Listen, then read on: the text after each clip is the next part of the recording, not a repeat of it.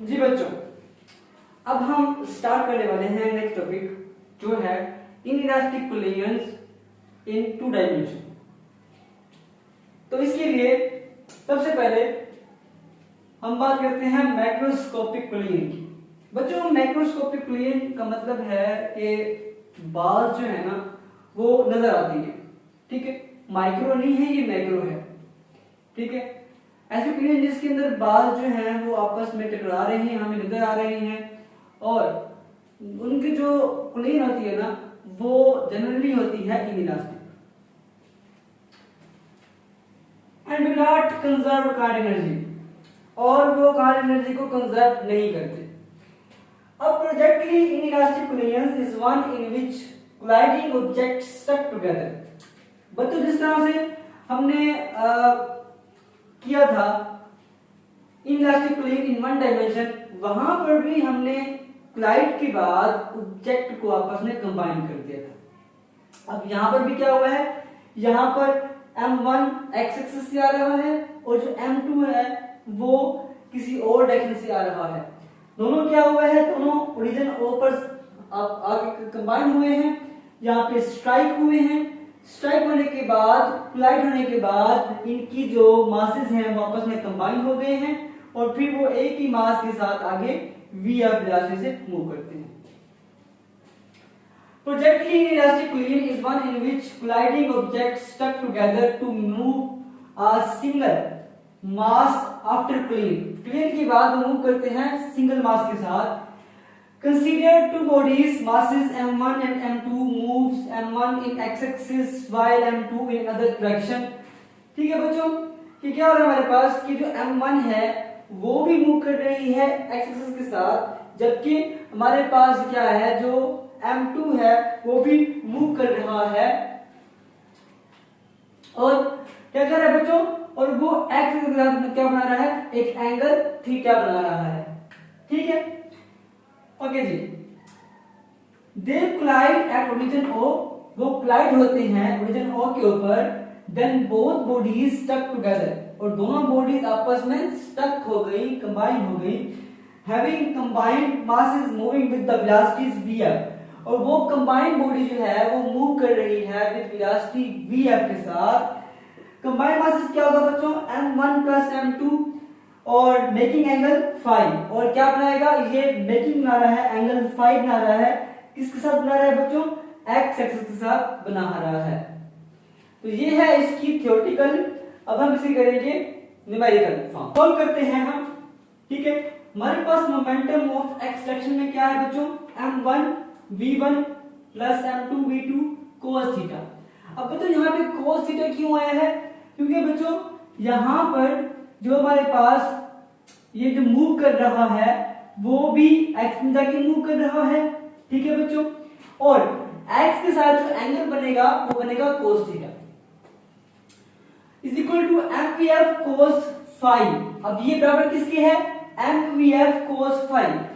उस ऑब्जेक्ट के जब कंबाइन हो गई है वेलोसिटीज, मासेस जो उनके हैं वो जब कंबाइन हो गए हैं तो उनके साथ ये m is equal to vf के साथ मूव करेगा। इस तरह से मोमेंटम लेते हैं y डायरेक्शन में बच्चों। तो स्टार्ट में देखो बच्चों कि x पर जो हमारे पास m2 है वो x पर नहीं है, इसलिए x पे क्या होगा, वो 0 हो जाएगा। लेकिन वो क्या हो रहा है हमारे पास, वो y में जा रहा है, ठीक है। आफ्टर कोलिजन प्लेन के बाद क्या होगा बच्चों, प्लेन के बाद उसका हमारे पास m2 v2 sin theta is equal to mvf sin phi. तो ये mvf sin फाई हो जाएगा। अब बच्चों हम कंबाइन करते हैं इनको, ठीक है। हमने गुणन करना है vf को हमने गुणन करना है, तो vf को गुणन करने के लिए हम बच्चों इन दोनों इक्वेशंस को कंबाइन कर लेंगे। m1 v1 plus m2 v2 cos theta plus करेंगे हम बच्चों यहां पर m2 v2 sin theta is equal to m vf cos phi plus m vf sin phi. ठीक है बच्चों, अब हमने इसको जमा तो कर लिया है, अब हम लेंगे स्केलिंग। हम लिखेंगे scaling on both side.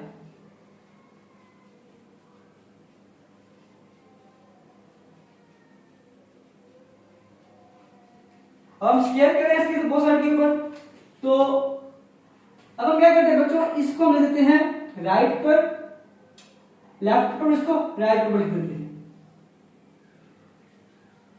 MVF cos theta plus MVF sin theta is equal to M1 V1 plus M2 V2 cos theta plus M2 V2 sin theta. जी बच्चों, अब हमने स्केल लेनी है, तो हम क्या करेंगे, हमने यहां पर भी स्केल ले लेना है और यहां पर भी हम स्केल ले लेंगे बच्चों। लेने के बाद हमने स्केल को खोल लेना है, तो m का स्क्वायर vf का square cos square theta plus m का स्क्वायर vf का square sin square theta is equal to M1 V1 prime plus M2 V2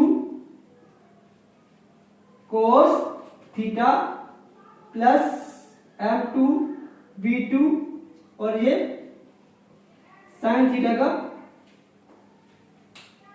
हमने ले लिया स्क्वायर यहां पर, इसके स्क्वायर हमने खोल दिया बच्चों। और बच्चों यहां पे कौन सी चीज कम आ रही है, M का स्क्वायर और VF का स्क्वायर हम कॉमन ले लेते हैं, और यहां पे cos square theta plus sin square theta लेंगे, और यहां पे M1 V1 plus M2 V2 cos theta plus M2 V2 और ये sin थीटा, और इसका होल का बच्चों आ जाएगा स्क्वायर। अब बच्चों, अब यहां पर हमने निकालना है VF स्क्वायर, हम क्या करेंगे, M स्क्वायर को यहां पे डिवाइड कर देंगे, यहां पे करते हैं बच्चों, तो यहां पर VF स्क्वायर। अब बच्चों हमने एक फार्मूला पढ़ा हुआ था ट्रिग्नोमेट्री का कि cos square theta plus sin square theta is equal to 1, ठीक है। ये ट्रिग्नोमेट्री के अंदर फार्मूला है कि cos square theta plus sin square theta जो होता है वो 1 के बराबर होता है, तो यहाँ पर 1 आ जाएगा, ठीक है बच्चों। तो यहाँ पर हमने 1 पुट कर दिया, और जो 1 है ये यहाँ पे मल्टीप्लाई, और वही हमारे पास वैल्यू आ जाती है, तो VF square is equal to यहाँ पर ये M1 V1 plus M2 V2 cos theta plus M2 V2 sin theta और ओवर M का स्क्वायर, और यहां पर भी स्क्वायर बच्चों। अब बच्चों हमने VF फाइंड करना है, तो हम क्या करेंगे, हम लेंगे स्क्वायर रूट लेंगे, कहते हैं taking square root, taking square root both side.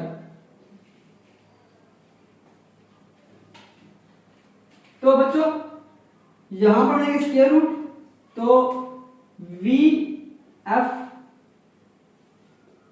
का स्क्वायर भी का स्क्वायर रूट, और यहां पे M1 V1 plus M2 V2 cos theta plus M2 V2 sin theta, इसका भी स्क्वायर रूट और इसका भी स्क्वायर रूट बच्चों। जी बच्चों, अब हमने इसका क्या करना है स्क्वायर रूट, तो VF इज equal to M1 V1 plus M2 V2 cos theta plus M2 V2 sin theta over M। तो बच्चों इसका स्क्वायर हम बचा देते हैं, और ये मिलेगा स्क्वायर रूट, और इसका हमने खत्म कर लिया। तो बच्चों ये हमारे पास क्या बन गया, ये हमारे पास VF आ गया। तो बच्चों सबसे पहले हमने क्या किया, मोमेंटम ऑफ एक्सेलरेशन लिखा, फिर मोमेंटम ऑफ वाई लिखा, फिर दोनों को हमने कंबाइन कर लिया। कंबाइन करने के बाद फिर हमने स्केलिंग ली, हमने बोथ साइड स्केल ले लिया। स्केल लेने के बाद हमने स्केल को खोल लिया, यहाँ पे मतलब फार्मूला cos के थीटा प्लस sin के थीटा, तो हमने ये फार्मूला भी खोल लिया, यहाँ पे 1 आ गया। जब 1 करेगा मल्टीप्लाई तो आंसर वही आएगा। तो यहाँ पे हमारे पास VF स्क्वायर है और यहाँ पे m स्क्वायर है, हमें VF स्क्वायर चाहिए, तो हमें VF चाहिए बच्चों, तो हम क्या करेंगे, जो m स्क्वायर होगा वो यहाँ पे जाके डिवाइड हो जाएगा और यहाँ पे VF स्क्वायर आ जाएगा। अब हमें VF चाहिए तो हम क्या करेंगे, हम स्क्वायर रूट ले लेंगे। तो यहाँ पे हमने स्क्वायर रूट ले लिया, जिससे क्या हुआ बच्चों, जिससे स्क्वायर रूट से स्क्वायर खत्म हो गया, तो हमारे पास VF बच गया। तो VF हमारे पास क्या बन गया, m1v1 plus m2v2 cos theta plus m2v2 sin theta का स्क्वायर और स्क्वायर रूट ओवर m। तो ये बच्चों हमारे पास VF की वैल्यू निकल